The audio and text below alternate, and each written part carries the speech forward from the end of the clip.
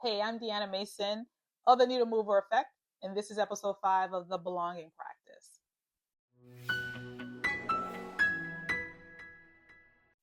When we talk about cultivating relationships with marginalized neighbors in our churches, we often start with questions about what to do. Like, how do we welcome people in well? How do we build hospitable worship services or small group communities?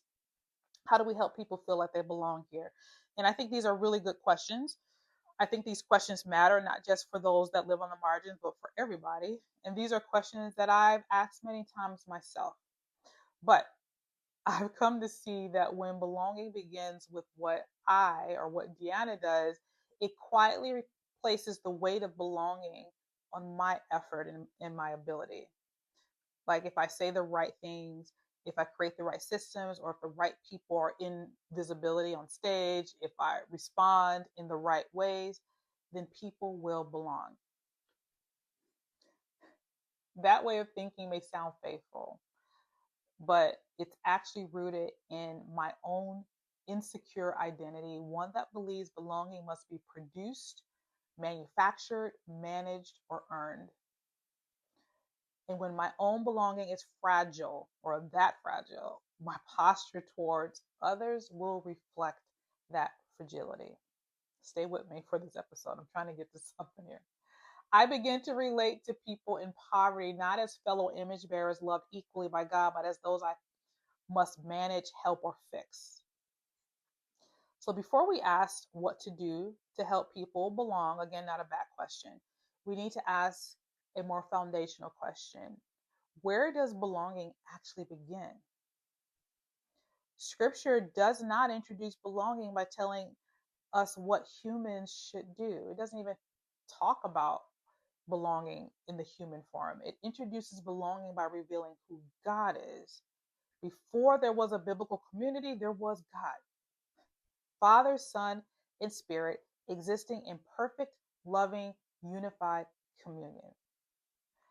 From the opening pages of Scripture, God speaks in the plural, which I love. Genesis 1:26 says, "Let us make humankind in our image." God was not lonely. He didn't create humans because he needed relationship. Creation was not a solution to a problem he had. Belonging, unity already existed within the life of God. And out of his abundance of love, he invited us into his unity. That means belonging is not something God invented for humankind. It was something he invited humankind into because of his love. We don't earn it. We don't perform for it. We just receive it by faith. This is why our definition of radical belonging matters so deeply. We belong to God, full stop.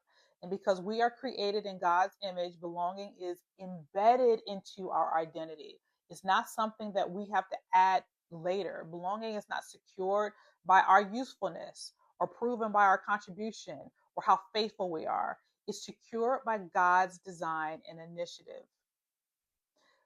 This is why the most important starting question isn't how do I make people feel welcome in our church? Great question. But a more faithful question is, do I actually believe that I don't have to earn my own belonging with God? Do I believe that faith, not performance, places me securely in God's kingdom? Or do I believe deep down that belonging must be proven? The first century church struggled with this same belief because it's revealing something about the brokenness of our human heart. Jewish believers expected Gentiles to adopt certain practices to belong. Circumcision shows you belong. Sabbath observance shows you belong. Dietary laws show you belong. But beneath these practices was a deeper assumption. Belonging must be demonstrated.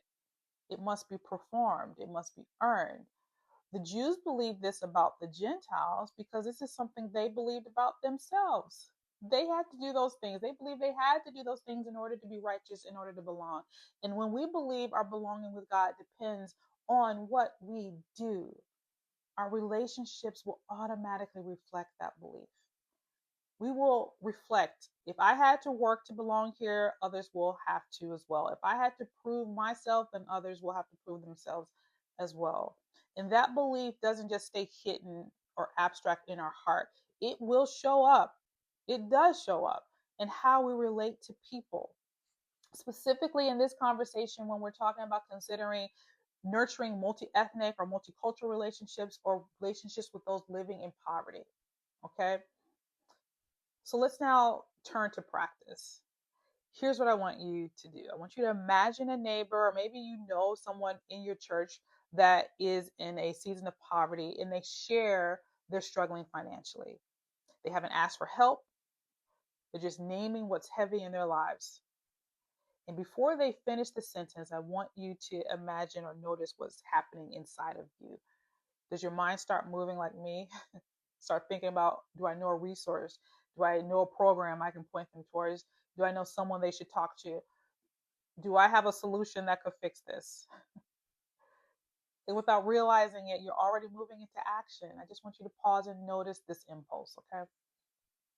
Then bring this question to God in prayer based on what you just heard in this teaching. What am I assuming about my role in this moment?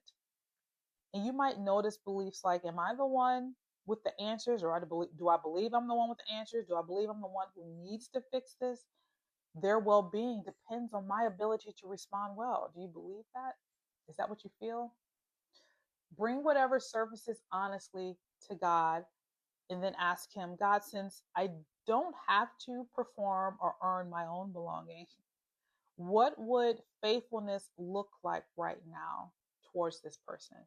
Not what would be most efficient, not what would make you feel useful, but what would be faithful. And you don't have to rush to respond. Let God tend first to what He's bringing up or revealing in your own heart.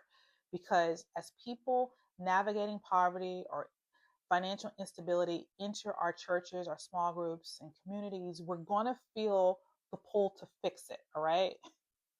And when our own belonging feels tied to our ability to perform, fixing will feel necessary. And this is what I'm trying to get to. But when we are secure in who God is, when we're secure in His identity, our posture will begin to change. We move from fixing to listening, from control to being present, from needing to prove our ability to trusting that God is already at work in their lives.